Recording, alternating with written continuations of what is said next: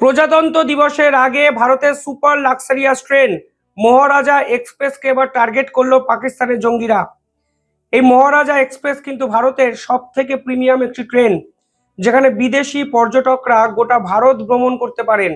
এবং কালকে যে ট্রেনকে টার্গেট করা হয়েছে সেখানে কিন্তু 23 জন বিদেশি নাগরিক ছিলেন। অর্থাৎ বার্তাটা স্পষ্ট, গোটা বিশ্বের সামনে ভারতবর্ষের ভাবমূর্তিকে নষ্ট করে দাও। এবং বিদেশি নাগরিকদের যদি কোনো রকম ক্ষয়ক্ষতি হতো তাহলে আন্তর্জাতিক স্তরে কিন্তু ভারতও চাপে পড়তো, ভারতের মান সম্মান নষ্ট হতো। তা কিন্তু পাকিস্তানের এই জঙ্গিরা জানেন।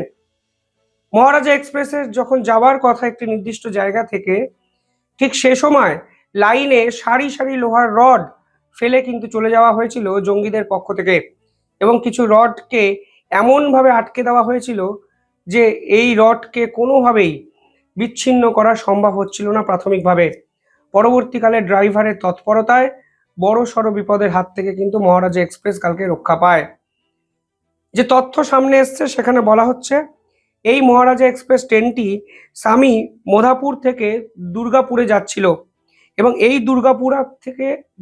দুর্গাপুরার দিকে যখন যাচ্ছিল তখন রাত 11টার সময় এই ধরনের ভয়ানক ষড়যন্ত্র কিন্তু করা হয়। সন্ধ্যাবেলা ট্রেনটি 6টার সময় ছাড়ে এবং নির্দিষ্ট লক্ষ্যে পৌঁছে যায় ভোরবেলা। কিন্তু গভীর রাতে যখন লাইনে আপনি সারি সারি লোহার রড বিছিয়ে দিয়েছেন, তখন যে কোনো বড়সড় দুর্ঘটনা আপনি এড়াতে পারেন না।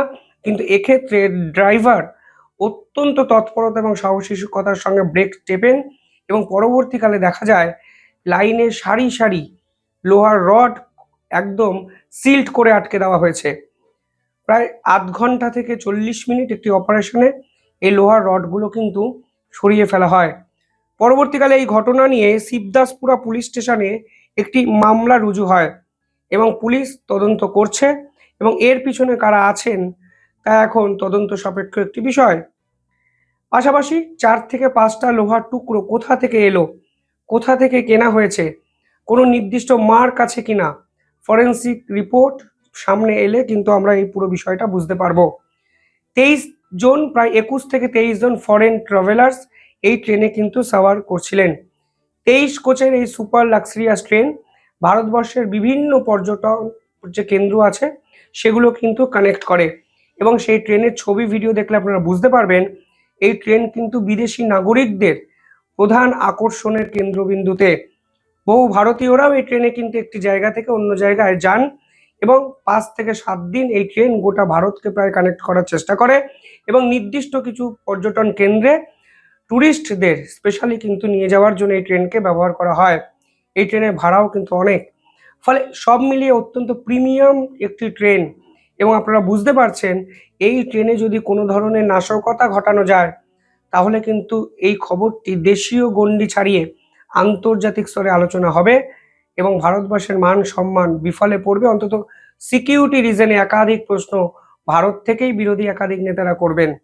কিন্তু কালকে অত্যন্ত তৎপরতার সঙ্গে এই ট্রেন বড়সড় দুর্ঘটনা কিন্তু এড়াতে পেরেছে।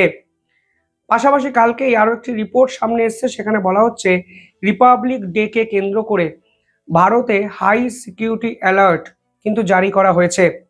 ইন্টারেস্টিং বিষয় হলো কালকে দিল্লি এবং পাঞ্জাব দুটো জায়গায় একটি টেরর মডেলকে হাতে নাতে পাকড়াও করেছে ভারতের ইন্টেলিজেন্স এবং পরিষ্কারভাবে তারা যে রিপাবলিক ডেতে কোনো বড়সড় অপারেশন করতে চেয়েছিল তা কিন্তু স্পষ্ট হয়ে গেছে। কালকে দিল্লি পুলিশের পক্ষ থেকে একটি পোস্টার রিলিজ করা হয় এবং এক সন্দেহভাজন ব্যক্তিকে নিখোঁজ বা ফেরার ঘোষণা করে দেওয়া হয়। সেই ব্যক্তির নাম মোহাম্মদ রেহান। তিনি আল কায়দার সক্রিয় সদস্য। ইন্টেলিজেন্স মারফত রিপোর্ট পেয়ে পুলিশ লস্করির এবং আল কায়দার এই জঙ্গিদের কিন্তু খুঁজতে মার্কেটে নেমেছেন এবং এই মোহাম্মদ রেহান দিল্লিতে, যেখানে প্রজাতন্ত্র দিবসে অত্যন্ত সেন্সিটিভ একটি জায়গা, নেতা মন্ত্রীরা ভাষণ দেন, ঠিক সেখানে কিন্তু বড়সড় নাশকতার পরিকল্পনা করানো হতে পারে বলে ইন্টেলিজেন্সের কাছে খবর এবং দিল্লি পুলিশ কিন্তু তৎপরতার সঙ্গে এটি করার চেষ্টা করছেন। তথ্য বলছে তারা একাধিক জায়গায় কোঅর্ডিনেট স্ট্রাইক করতে চাইছে। অর্থাৎ কোঅর্ডিনেট স্ট্রাইক মানে ধারাবাহিক বিস্ফোরণ, শুধু নির্দিষ্ট একটি জায়গায় নয়। মানে হঠাৎ করে কোনো জিনিস ফেটে যাচ্ছে, সেটা অ্যাক্সিডেন্ট, কিন্তু যখন আপনি কোঅর্ডিনেট স্ট্রাইক করবেন তখন একটি নিখুঁত প্ল্যানিং এবং একটি অপারেশনাল টিম এর পিছনে জড়িত থাকে, তা কিন্তু সহজেই অনুমেয়। এখন দিল্লি পুলিশ মনে করছে মোহাম্মদ রেহান বলে আল কায়দার এই জঙ্গি ভারতবর্ষে ঢুকে পড়েছেন এবং লস্কর জেইশ একত্রে মিলে 26শে জানুয়ারি প্রজাতন্ত্র দিবস, ভারতের অত্যন্ত গুরুত্বপূর্ণ একটি দিন, সেখানে একটি কোঅর্ডিনেটেড স্ট্রাইক গোটা ভারতবর্ষ জুড়ে করার চেষ্টা করছেন। পাশাপাশি কালকে পাঞ্জাবের একটি টেরর মডেল নেটওয়ার্ককেও কিন্তু ভারতের পক্ষ থেকে হাতে নাতে ধরা হয়েছে। ধরে বলা হয়েছে তাদের কোড নেম ছিল 2626, অর্থাৎ 2626। পরিষ্কার বোঝা যাচ্ছে তাদের টার্গেট কিন্তু 26শে জানুয়ারি, ভারতবর্ষের প্রজাতন্ত্র দিবস।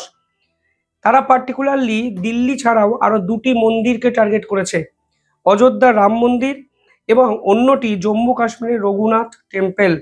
ভারতের গোয়েন্দা দপ্তররা মনে করছেন, আধিকারিকরা, যে এখন পাকিস্তানের পক্ষ থেকে অপারেশন সিন্দুরে যেমন অমৃতসরের গোল্ডেন টেম্পলকে টার্গেট করা হয়েছিল, এবার পাকিস্তান ধারাবাহিকভাবে এই সকল জেহাদিদের কাজে লাগিয়ে ভারতবর্ষের স্মৃতিসৌধ কিংবা মন্দির, যে মন্দিরগুলো ভারতবর্ষের ধর্মীয় মেরুদণ্ডের প্রধান স্তম্ভ, সেই জায়গাগুলোকে টার্গেট করার চেষ্টা করছে এবং ভারতবর্ষের নাগরিকদের করা বার্তা দেওয়ার চেষ্টা পাকিস্তানের পক্ষ থেকে করা হচ্ছে। কোড ওয়ার্ড 2626, অর্থাৎ প্রজাতন্ত্র দিবসেই বড়সড় কোঅর্ডিনেট স্ট্রাইকের পরিকল্পনা পাকিস্তানের জঙ্গিরা করছেন। কখনো আল কায়দা, কখনো জেইশ-ই মোহাম্মদের নাম আমাদের সামনে কিন্তু উঠে আসছে। একাধিক জঙ্গির নাম কালকে পাঞ্জাব পুলিশ, দিল্লি পুলিশ একত্রে সামনে নিয়ে এসছেন। মোহাম্মদ উমার, আবু সুফিয়ান, মোহাম্মদ শহীদ ফয়সাল, শহীদ আসিয়া, সাজিল আক্তার, এরা অলরেডি নাকি ভারতবর্ষে ঢুকে পড়েছেন এবং এরা ভারতবর্ষে এই ধরনের কোঅর্ডিনেটেড স্ট্রাইক করার জন্য বড়সড় পরিকল্পনা করছেন, যা ভারতের গোয়েন্দা দপ্তর এবং ইন্টেলিজেন্স রিপোর্ট সামনে নিয়ে এসছে। এবং এই পুরো বিষয়টি আরো ভয়ঙ্কর জায়গায় চলে যায়, কারণ কিছুদিন আগে লস্কর-ই তৈয়বার কমান্ডার একটি ভিডিও প্রকাশ করেছিলেন। আবু মুসা কাশ্মীরি পরিষ্কার বলেছিলেন ভারতবর্ষকে কাঁপানোর জন্য তারা তৈরি হচ্ছেন। ফলে ভিডিও বার্তার পরই এই ধরনের আততায়ীদের ধরে ফেলা, 2 দিয়ে 4 করাটা কিন্তু অত্যন্ত সহজ একটি কাজ। ফলে প্রজাতন্ত্র দিবসে হাই অ্যালার্ট গোটা ভারত জুড়ে। দুই মন্দিরকে আক্রমণের কেন্দ্রবিন্দুতে নিয়ে আসা হতে পারে বলে মনে করা হচ্ছে এবং রেড ফোর্টের পর দিল্লির আরও এক ভিআইপি জায়গাকে টার্গেট করা হয়েছে আল কায়দার পক্ষ থেকে। এবং একই দিনে দেখুন মহারাজা এক্সপ্রেসকে কেউ এইভাবে বড় নাশকতার মধ্যে ফেলার চেষ্টা করলেন। সব মিলিয়ে ভারতের এই সিকিউরিটি ওরিয়েন্টেড যে পরিস্থিতি ক্রমশ জটিল এবং ভয়ঙ্কর জায়গায় যাচ্ছে, তা কিন্তু গোয়েন্দা দপ্তরও বুঝতে পারছেন এবং প্রজাতন্ত্র দিবসই আমাদের কাছে কিন্তু অত্যন্ত গুরুত্বপূর্ণ একটি দিন হতে চলেছে, কারণ ভারতের পক্ষ থেকেও হাই অ্যালার্ট জারি করা হয়েছে। তবে গোয়েন্দা দপ্তর পুরো বিষয়টিকে যেভাবে ভেস্তে দিয়েছেন এবং মানুষের সামনে নিয়ে এসছেন, তার কিন্তু প্রশংসা আপনাকে করতেই হবে। যাই হোক, কিভাবে দেখছেন আপনারা পুরো বিষয়টি কমেন্টে জানাবেন। দেখতে থাকুন দ্য ইন্ডিপেন্ডেন্ট বেঙ্গল। ধন্যবাদ।